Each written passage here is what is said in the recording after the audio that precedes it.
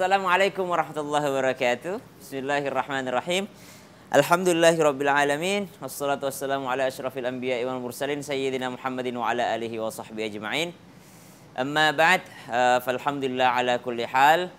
Sejatinya kita hidup di dunia ini, kata Al-Qur'an, wa ma khalaqatul jinna wal insa illa liya'budun, dan tidaklah kuciptakan jin dan manusia kecuali hanya untuk menyembah kepadaku.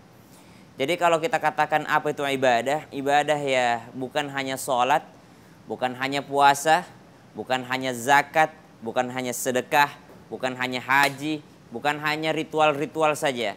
Namun ibadah itu terlebih lagi daripada itu.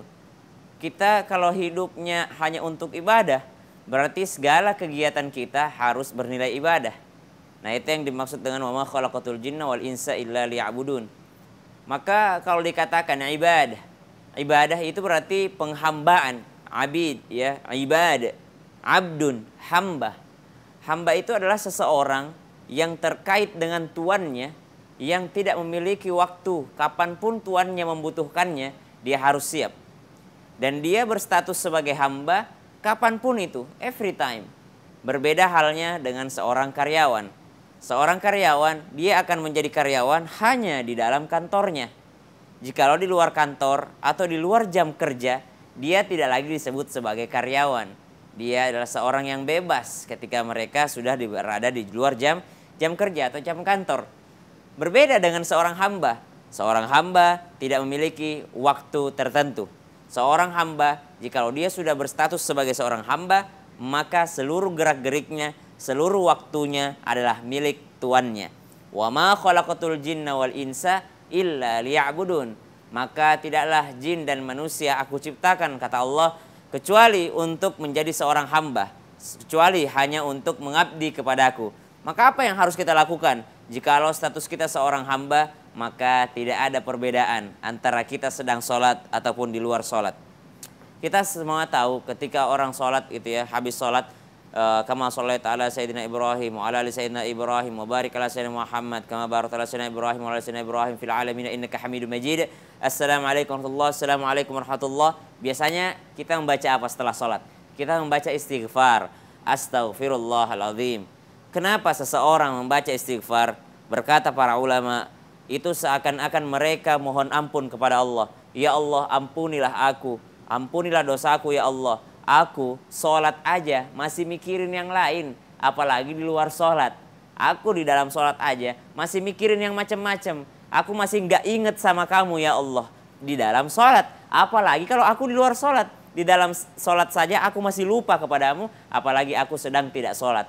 Nah, diinginkan oleh Allah Subhanahu wa Ta'ala supaya kita baik dalam keadaan sholat ataupun tidak sholat, semuanya dalam keadaan mengingat Allah Subhanahu wa Ta'ala. Ala bidzikrillahi tatma'innul qulub. Judul kita hari ini adalah ibadah tanpa paksaan.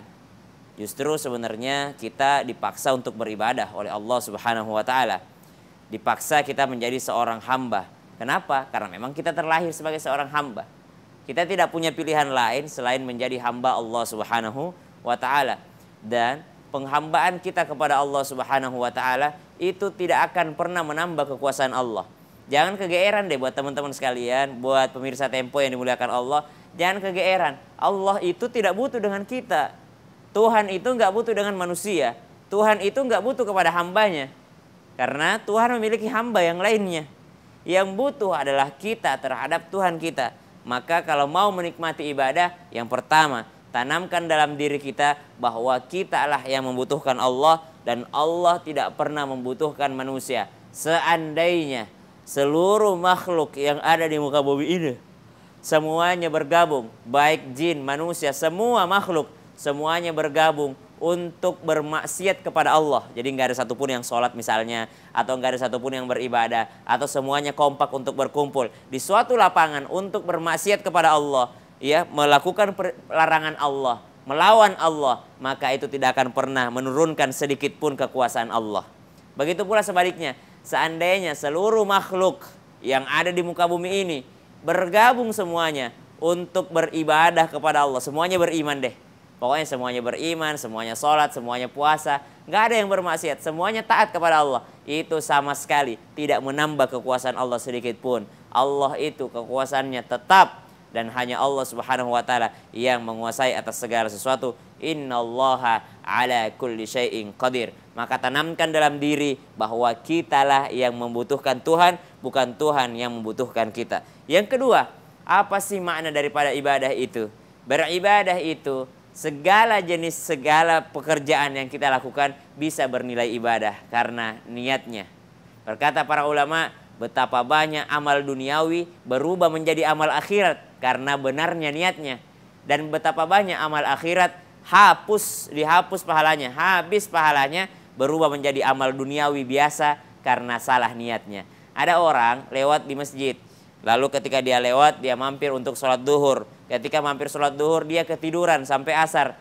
Maka tidurnya itu hanya berlaku tidur siang saja, bernilai tidur siang saja. Berbeda jikalau ada orang yang lewat di masjid, lalu dia berniat, saya berniat beriktikaf di masjid ini, maka tidurnya di masjid itu bernilai iktikaf. Subhanallah, beda niat aja. Ada orang yang melakukan charity, bagi-bagi gitu. Tapi niatnya ya udah charity aja, kebaikan aja. Bukan karena ibadah, maka nilai kebaikannya di mata manusia saja. Tapi ada orang melakukan charity, ternyata kebaikan tersebut diniatkan karena Allah Subhanahu wa taala, karena ibadah, maka kebaikannya juga bernilai ibadah.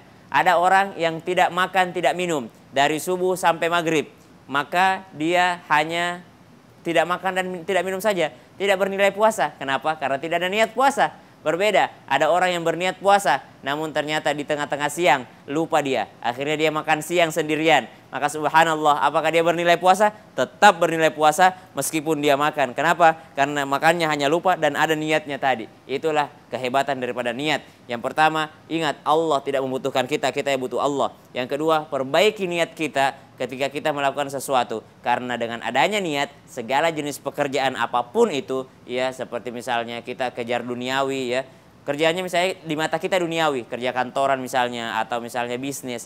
Mungkin di mata manusia itu duniawi, tapi benar niatnya, ya Allah saya kerja begini karena saya mau mencari yang halal, saya mau terhindar daripada rezeki yang haram, maka itu juga bernilai ibadah di sisi Allah Subhanahu wa taala. Jangan sampai langkah-langkah kita terlepas daripada nilai ibadah. Jadikan setiap langkah kita bernilai ibadah. Seperti apa? Keluar rumah baca doa, Bismillahirrahmanirrahim. Mau makan baca doa, Bismillahirrahmanirrahim. Mau tidur baca Bismillah, Bismikallahumma ya Bismikamut. Segala yang diniatkan karena Allah semuanya akan bernilai ibadah, dan ibadahnya tanpa paksaan. Sampai jumpa di episode selanjutnya. Wassalamualaikum warahmatullahi wabarakatuh.